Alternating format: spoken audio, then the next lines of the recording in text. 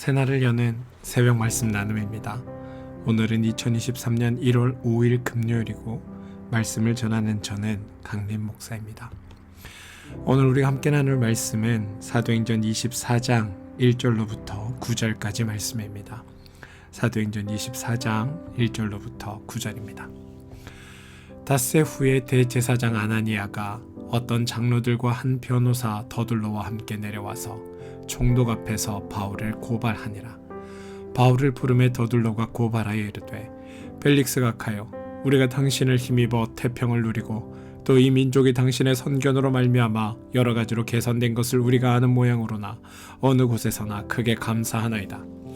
당신을 더 괴롭게 아니하려 하여 우리가 대강 여짜옵나니 관용하여 들으시기를 원하나이다. 우리가 보니 이 사람은 전염병 같은 자라 천하에 흩어진 유대인들을 다 소유하게 하는 자요 나사렛 이단의 우두머리라. 그가 또 성전을 더럽게 하려 함으로 우리가 잡았사오니 당신이 친히 그를 신문하시면 우리가 고발하는 이 모든 일을 아실 수 있나이다 하니 유대인들도 이에 참가하여 이 말이 옳다 주장하니라. 사도행전 24장 1절로부터 9절 말씀입니다. 교회라는 말을 사전적으로 이해하면 불러냄을 받은 자들이라는 의미를 가지고 있습니다. 여기서 이 불러냄을 받았다 할 때 불러냄이라는 것은 어떤 특정한 장소에서 이렇게 불러낸 걸 뜻하는 게 아닙니다. 여기서 불러냄의 시작은 죄로부터 불러냄을 받았다라는 의미입니다. 따라서 교회란 죄로부터 불러냄을 받은 자라는 뜻을 가지고 있는 겁니다. 그리고 이렇게 불러냄을 받은 사람들을 성도라고 부릅니다. 성도는 거룩한 사람이라는 의미인데, 이 거룩하다라는 것은 구별되다라는 의미이고, 구별되는 것은 어떤 장소적으로 이렇게 구별된 것이 아니라 죄로부터 구별된 자라는 의미입니다. 이와 같이 원리적으로, 내용적으로 죄와 구별되고 장소적으로, 시간적으로 세상 속에 들어가는 것이 기독교의 본질입니다. 성도란 세상을 멀리하고 세상을 도외시하고 세상을 버리는 것이 아니라 세상 속에 살아가는 자들이 바로 성도입니다. 우리 기독교 그리스도교의 본질은 예수님의 사역에서 증명이 됩니다.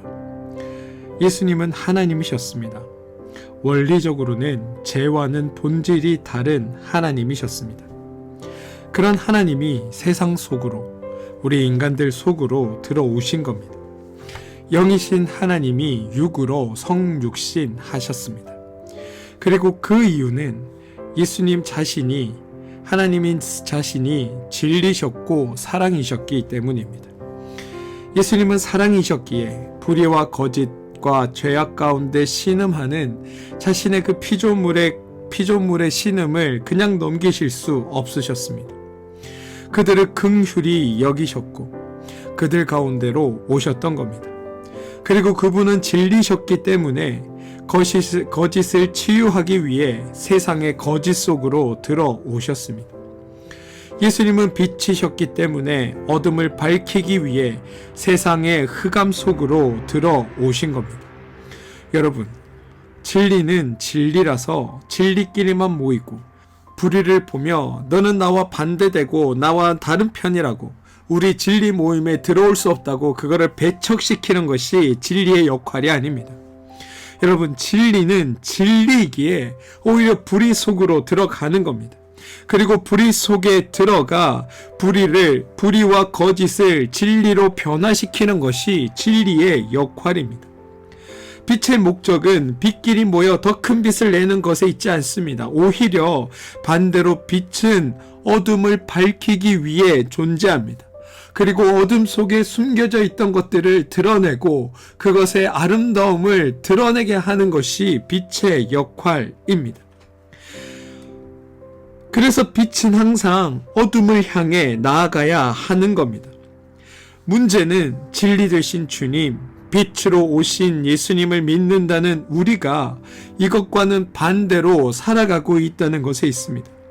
세상은 죄악된 곳이기에 가능한 세상은 멀리하고 죄된 이들이 있는 곳을 향해 가서 진리를 전해야 할 우리는 죄된 곳이 더럽다고, 혹시라도 진리가 왜곡될지 모른다고 스스로 두려워하며 숨기 바빴던 게 우리의 모습입니다. 그리고 우리끼리 모이고 우리끼리만 정결하고 우리끼리만 깨끗하다고 유난 떨면서 죄된 곳을 향해 나아갈 생각은커녕 우리끼리 모여 숨기에 바쁜 게 우리의 모습이었습니다. 생활도 성도끼리만 하고, 교제도 성도끼리만 하고, 활동도 성도끼리만 하고, 그래서 우리는 괜찮아, 우리는 깨끗해, 저들은 나빠, 저들은 죄악이야, 저들은 더러워 라며 그들을 깨끗하게 할 생각은커녕 그냥 우리의 깨끗함만으로 만족하며 사는 게 우리의 신앙 생활이었다는 겁니다. 정작 변화되어야 할 곳, 정작 바뀌어야 할 곳으로는 나가지 않은 채 우리끼리 모여 있으면서 하나님 나라를 확장하자 말하고 세상을 변화시키자 말하는 게 우리의 현실이라는 겁니다. 어둠을 향해 나가 어둠을 물리치고 빛된 세상을 이루려고 하기보다 빛들끼리만 모이고 죄된 세상을 변화시키기보다 우리끼리만 괜찮으면, 나만 깨끗하면 돼라는 생각으로 그냥 나 혼자 모이기에 바쁜 이들, 그러면서도 하나님 나라 확장하자, 세상을 변화시키자 말을 하며 사는 게 우리의 현실이라는 사실입니다. 그리고 저는 이게 우리 기독교가 쇠퇴하게 된 가장 큰 이유라는 생각이 듭니다. 사랑하는 성도 여러분, 주님은 분명히 저와 여러분을 죄로부터 구원하셨습니다. 그리고 구원받은 우리는 이제 죄의 원리로 사는 것이 아니라 하나님의 원리로 사는 새로운 피조물이 된 것입니다. 그리고 다시 세상 속으로 보냄을 받았습니다. 그게 우리입니다.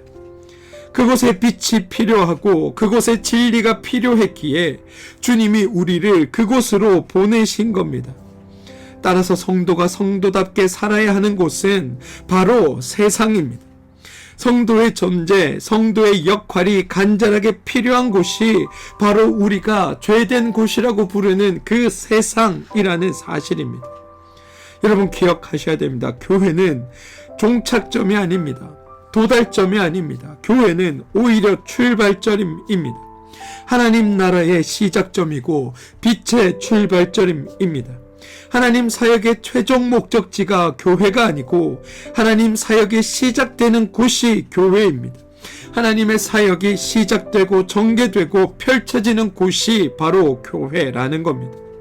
사도행전에서 사도들은 세상을 떠나 자기들끼리 모여 살았던 게 아닙니다. 계속해서 세상 속으로 들어갔습니다. 철저하게 세상 속에서 사람들과 만났습니다. 그러면서 그들에게 그리스도 된 이들의 삶이 어떤 것인지를 드러내고 보여주기 위해 애썼습니다. 제가 사도행전을 지금까지 설명하면서 여러분들에게 한 가지 관점을 교정하기 위해 노력한 것이 있습니다. 그것이 뭐냐면 사도행전이 사도들이 하나님의 영광을 위해 충성하는 모습을 소개하는 게 아니라는 겁니다. 오히려 사도행전은 하나님이 사도들을 변화시킨 것을 증거하는 모습이라는 겁니다. 사도들이 자신에게 이미 이루어진 일들을 깨닫고 나서, 알고 나서 그들이 어떻게 변화되었는지 그것을 소개하는 책이 사도행전이라는 책입니다. 사도들이 어떤 사명을 완수하기 위해 사명감을 가지고 일하는 존재가 아니라 하나님의 은혜를 받고 진리를 아는 자가 된 성도들이 된다면 그들이 어떻게 살아가는가를 보여주고 이미 이루어진 일들을 알므로 말미암아 그들이 하나님의 일하심의 열매고 하나님의 일하심의 결실이라는 게 사도행전이 우리에게 궁극적으로 드러내 보여주고자 하는 핵심이라는 겁니다. 그래서 우리는 사도행전에서 사도들의 일하는 모습을 보는 것이 아니라 하나님께서 일하시는 모습을 보는 겁니다. 자기가 사도들처럼 되려고 다짐하고 각오하고 결심하는 것이 아니라 하나님으로 말미암아 나도 사도들처럼 될 것이라고 기대하고 소망하는 것, 이게 우리가 사도행전을 읽어야 하는 목적인 겁니다.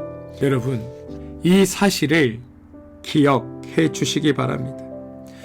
우리는 주님으로 말미암아 살아가는 존재들입니다. 하나님의 일하심의 결과이고 하나님의 일하심의 성취가 바로 우리입니다. 그 사실을 깨달으시고 우리가 사도들처럼 하나님으로 말미암아 되어가는 존재라는 것을 기억하시고 여러분들이 그렇게 살아주시길 주님의 이름으로 부탁드립니다. 오늘 사도행전 23장 26절에 의하면 천부장의 이름이 글라우디오 루시아이고 총독이 벨릭스입니다. 천부장이 문제를 자기 스스로 해결하지 못하고 바울을 예루살렘에서 가이사라로 이송합니다.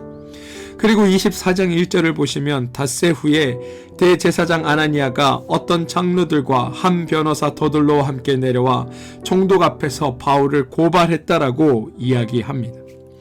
이제 고소인 측 전문 변호사가 등장한 겁니다. 24장은 지금부터 2000년 전의 재판정의 모습을 고스란히 우리에게 보여주는데 그 상황이 오늘날과 크게 다르지 않습니다. 고소인과 피고소인이 존재합니다. 둘 중에 강자인 유대 공동체는 강자의 모습, 권력자의 형태를 우리에게 고스란히 보여줍니다. 사실 예나 지금이나 상황은 똑같은 것 같습니다. 강자는 권력의 권위를 동반하고 자신의 입지를 고수하려 하는 반면 약자는 자신의 생존을 지키려고 합니다.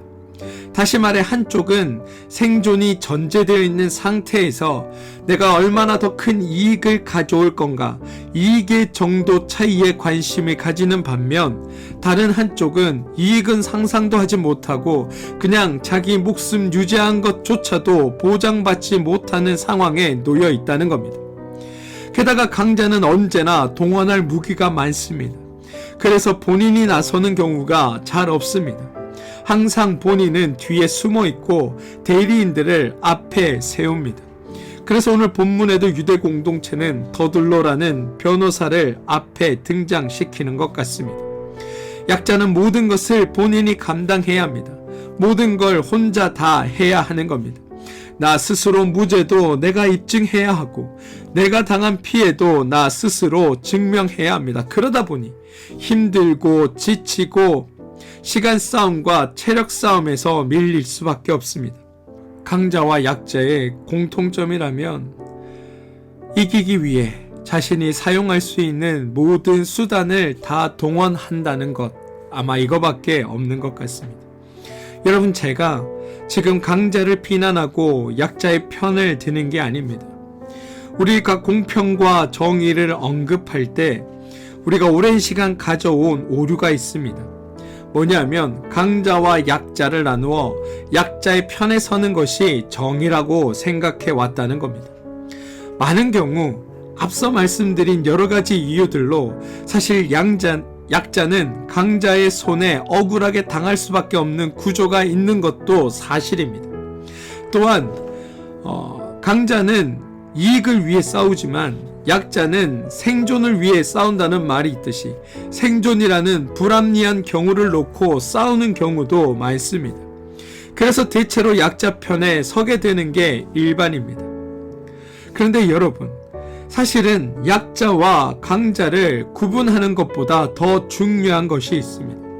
우리가 공평과 정의를 언급할 때 약자와 강자로 나누는 것이 아니라 옳은 자와 틀린 자로 사실은 구분해야 합니다. 만약 강자의 주장이 옳다면 강자의 편을 들어야 하는 겁니다. 약자의 주장이 옳다면 약자의 편을 들어야 하는 겁니다. 성경은 송사 앞에 어떻게 행동해야 하는지를 우리에게 보여주는 구절이 있습니다. 출애굽기 23장 2절인데요. 다수를 따라 악을 행하지 말며 송사에 다수를 따라 부당한 증언을 하지 말며 가난한 자의 송사라고 해서 편벽되이 두둔하지 말지어다. 6절 너는 가난한 자의 송사라고 정의를 굽게 하지 말며 거짓 일을 멀리하며 무죄한 자와 의로운 자를 죽이지 말라. 이 말은 가난한 자, 다시 말해 약자라고 무조건 두둔하거나 약자라고 그들을 불합리하게 판결하지 말라고 이야기합니다. 왜냐하면 송사의 문제, 정의의 문제는 부유함이나 가난함 또는 강자와 약자가 핵심이 아니라 옳고 그름이 핵심이기 때문입니다. 그런데 여러분, 사실 성경은 가난한 자, 부요한 자, 강자, 약자, 옳고 그름 이런 것들을 구분하여 대비시켜 서로 대결 구도를 갖도록 만들지 않습니다. 사실 성경이 우리에게 하고자 하는 이야기는 성도는 진리를 아는 자, 성도가 아닌 자는 진리를 모르는 자로 이렇게 구분하고 있습니다. 하나님을 아는가, 하나님을 모르는가, 하나님께서 우리에게 이루어 주신 일을 아는가, 그것을 모르는가, 이것으로 사람들을 구분하고 있다는 겁니다. 성도는 세상에서 옳은 자로 인정받기를 기대하는 자가 아닙니다. 지금 당장은 아닐지라도 언젠가 옳은 자로 평가받을 것을 기대하는 자도 아닙니다. 왜냐하면 성도는 이미 옳은 자입니다. 이미 진리를 가진 자입니다. 이미 진리로 사는 자입니다. 왜냐하면 하나님의 일하심의 결과가 그것이기 때문입니다. 우리에게 이루어진 일들, 이미 우리가 빛이고 소금이고 진리다. 이게 성경을 통해 고백되는 일이기 때문입니다. 우리는 이미 결과를 가진 자입니다. 이미 목적을 달성한 자입니다. 성도는 이러한 존재라는 것, 이러한 정체성을 가진 자라는 것을 우리는 깨닫고 살아야 합니다. 앞서 우리는 세상으로 나가 세상에서 살아가는 존재라는 말씀을 드렸습니다. 빛이 세상의 어둠을 몰아내고 진리는 불의와 불법을 바로잡아 그것을 변화시키는 것이라는 말씀을 드렸습니다. 진리로 산다는 것도 마찬가지입니다. 우리는 진리를 추구하는 자가 아니라 이미 진리에 속한 자입니다. 죄된 세상에서 불러냄을 받아 진리에 속하여 살아가는 존재가 우리입니다. 우리는 세상에서 진리에 속한 존재이기에, 빛으로 살라고 부름받은 존재이기에 우리의 삶은 내가 생각하는 옳고 그름에 집중하는 삶이 아니라 하나님으로 말미암아 내가 어떤 존재가 되었고 내게 이루어진 일이 무엇인지를 발견하며 살아가는 존재라는 것을 우리는 기억해야 합니다. 사랑하는 성도 여러분, 우리는 세상 속에 진리에 속한 자들이 어떤 삶을 사는지 드러내는 자들입니다. 빛에 속한 이들이 세상의 어둠을 어떻게 밝혀가며 그 어둠을 어떻게 몰아내고 숨겨진 것들을 어떻게 드러내며 그것들이 얼마나 아름다운지를 알게 하며 살아가도록 이 땅 가운데 보냄받은 자들입니다. 바라기는 이런 우리의 정체성을 우리 모두가 깨닫게 되길 소망합니다. 옳고 그름에 집중하는 존재, 내가 생각하는 어떤 정의에 그것에 천착하는 존재가 아니라 하나님으로 말미암아 이루어진 나의 삶을 드러내고 그 삶이 어둠을 밝히고 진리를 나타낸다는 것을 깨닫고 하나님께서 나에게 어떤 일들을 행하셨는지에 집중하며 나에게 이루어진 일들을 드러내며 살아가는 그런 여러분들 되어주시길, 그래서 성도로 아름답게 살아가는 그런 여러분들 되어주시길 주님의 이름으로 축원드립니다. 함께 기도하겠습니다. 주님, 우리가 어떤 존재들인지를 먼저 깨닫게 해주십시오. 하나님 안에서 우리에게 이루어진 일들에 대해 확실한 믿음을 가지게 해주시고 진리에 속한 자로, 빛으로 부름받은 자로 우리끼리 좋은 세상이 아니라 세상에 들어가 숨겨진 것들을 드러내고 그것들 속의 아름다움을 발견해내고 진리로 변화시키고 바꾸어가며 하나님께서 이루어 가실 하나님의 나라를 이루는데 하나님의 참된 백성으로 살아가게 주님 도와주시옵소서. 예수님의 이름으로 기도합니다. 아멘.